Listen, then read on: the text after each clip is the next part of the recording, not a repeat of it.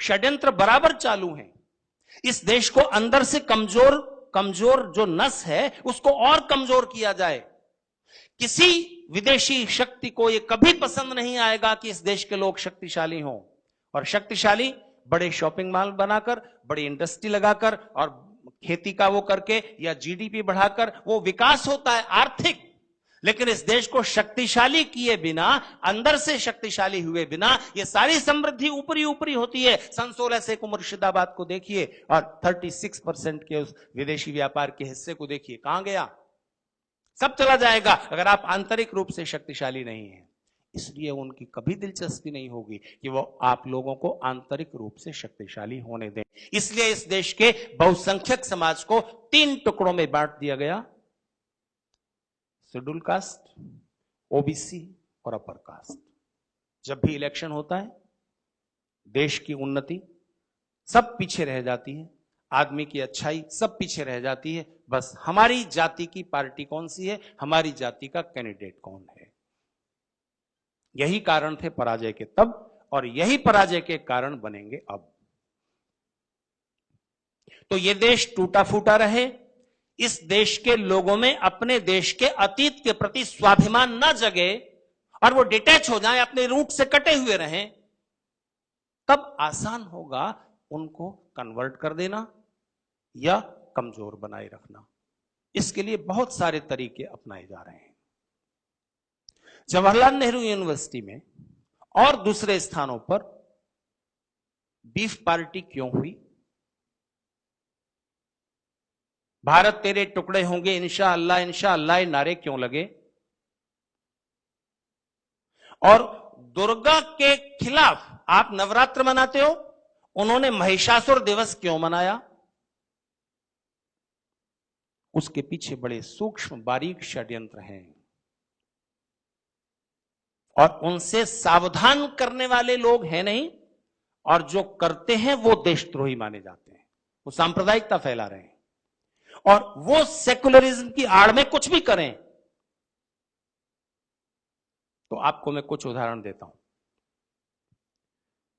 दुर्गा हिंदू समाज के बहुसंख्यक समाज की पूजनीय देवी के रूप में है और हिंदू समाज साल में 2 बार नवरात्र करता है। तो कहानी यह गढ़कर प्रचारित की गई कि इसकी रूट कहां से जाती है? अंग्रेजों ने जब इस देश में अपनी जड़ें और मजबूत करने के लिए यह एक वैचारिक जाल फेंका कि इस देश के मूल निवासी कोई नहीं है तो जंगलों में रहने वाले जो वनवासी लोग हैं वो लोग हैं इस देश के वनवासी लोग, और उनको अब तक आदिवासी कहा जा रहा है। ध्यान देना, बाकी सब तो इस देश में बाहर से आए हैं।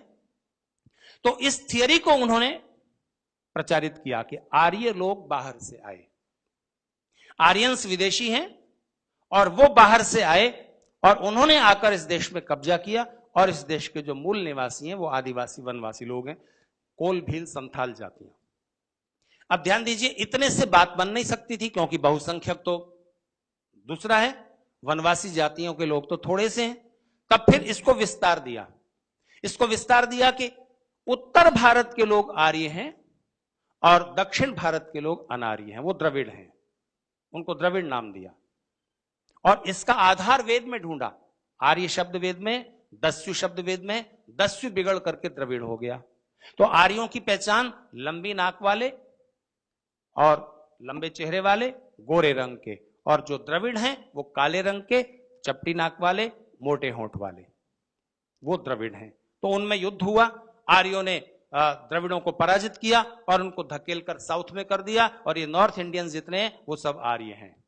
इतने से भी पेट नहीं भरा, फिर उस थियरी को और बढ़ाया कि जितने शेड्यूल कास्ट और ओबीसी कास्ट हैं वो सब अनार्य हैं, वो सब अनार्य जातियां हैं, अपर कास्ट के लोग आर्य हैं। अब आप देखिए, कोई ये नहीं बता सकने में समर्थ है कि आर्य लोग अगर बाहर से आए थे तो किसी भी जाति को अपना मूल देश जहां से वो आए थे उनका ओरिजिन उन्हें बहुत प्रिय होता है, और उनके ग्रंथों में, साहित्य में, उनकी याददाश्त में मौजूद रहता है कि हम वहां से आए थे।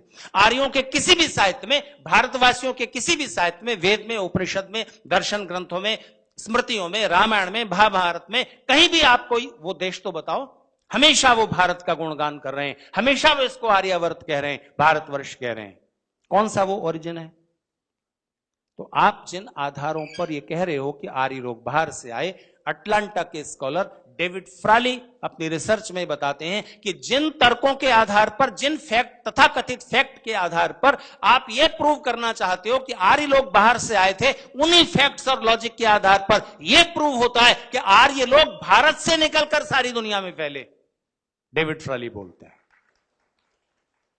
और अगर आप वेद पर ध्यान दें और वैदिक लिटरेचर को देखें तो आर्य शब्द रेस कहने वाला शब्द नहीं है, किसी जाति को बताने वाला शब्द नहीं है, क्योंकि आर्य की पहचान बताई गई है अलिनासह, और दस्यु की पहचान बताई है, जिसको वो द्रविड़ कहने वाला शब्द कहते हैं, दस्यु की पहचान बताई गई है अनासह। अब वो इसके आधार पर कहते हैं कि आर्य लोगों ने अपने को अलिनासह कहा, लंबी नाक वाला कहा, और द्रविड़ों को अनासा, नाक जिनके नहीं है, चपटी नाक वाला। अब ये कितनी धूर्तता है आपको बताता हूं। अलिनासा का मतलब होता है भौरे जैसी नाक वाला, तितली जैसी नाक वाला, मधुमक्खी जैसी नाक वाला, और अनासा का अर्थ होता है जिसके नाक ही नहीं है। तो क्या द्रविड़ ऐसे हैं कि नाक ही नहीं है? और कौन सा नॉर्थ इंडियन है जिसकी नाक भौरे जैसी है, मधुमक्खी जैसी है? धूर्तता का उदाहरण देखिए, जबरदस्ती अर्थ बदल रहे हैं।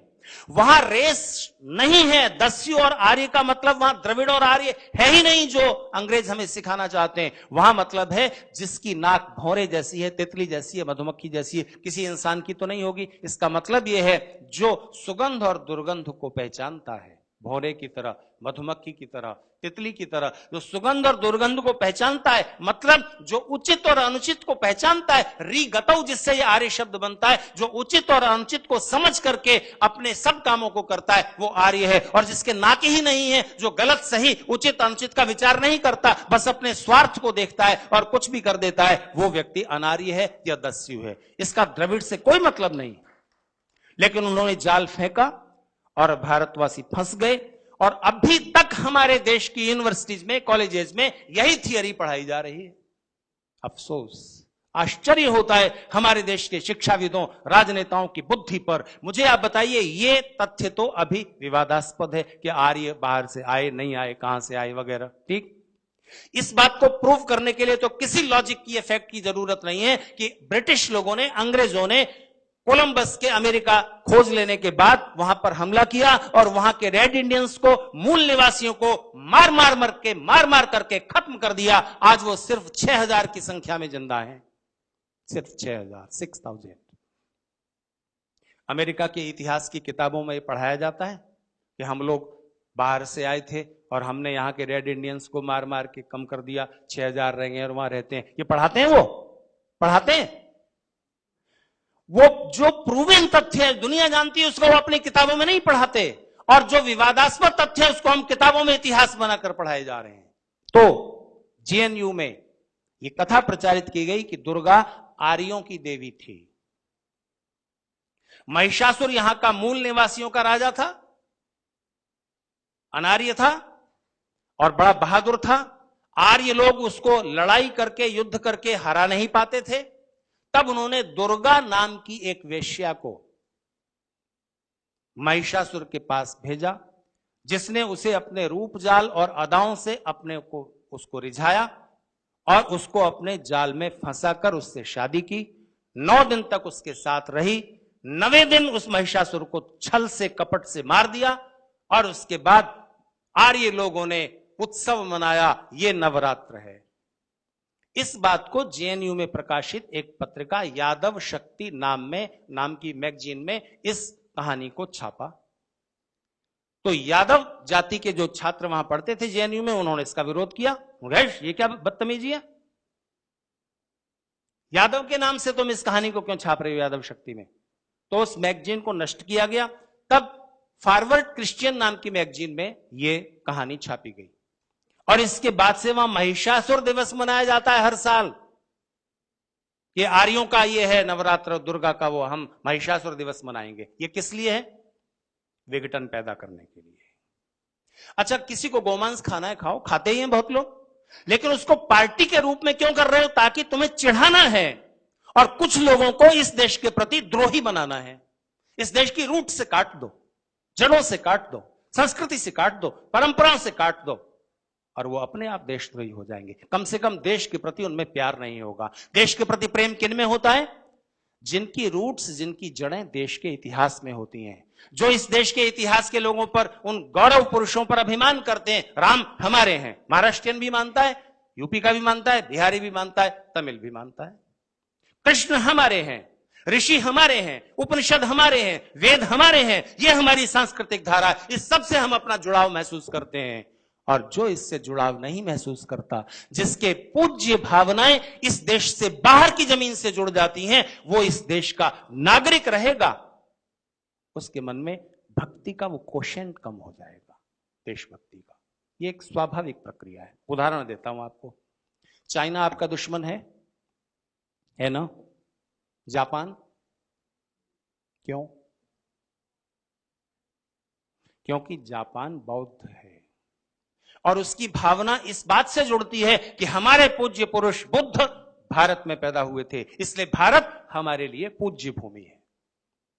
चाइना भी बौद्ध था, कम्युनिस्ट हो गया, शत्रु हो गया। विचार बदल जाते हैं, भावनाएं बदल जाती हैं। Thoughts rule the world.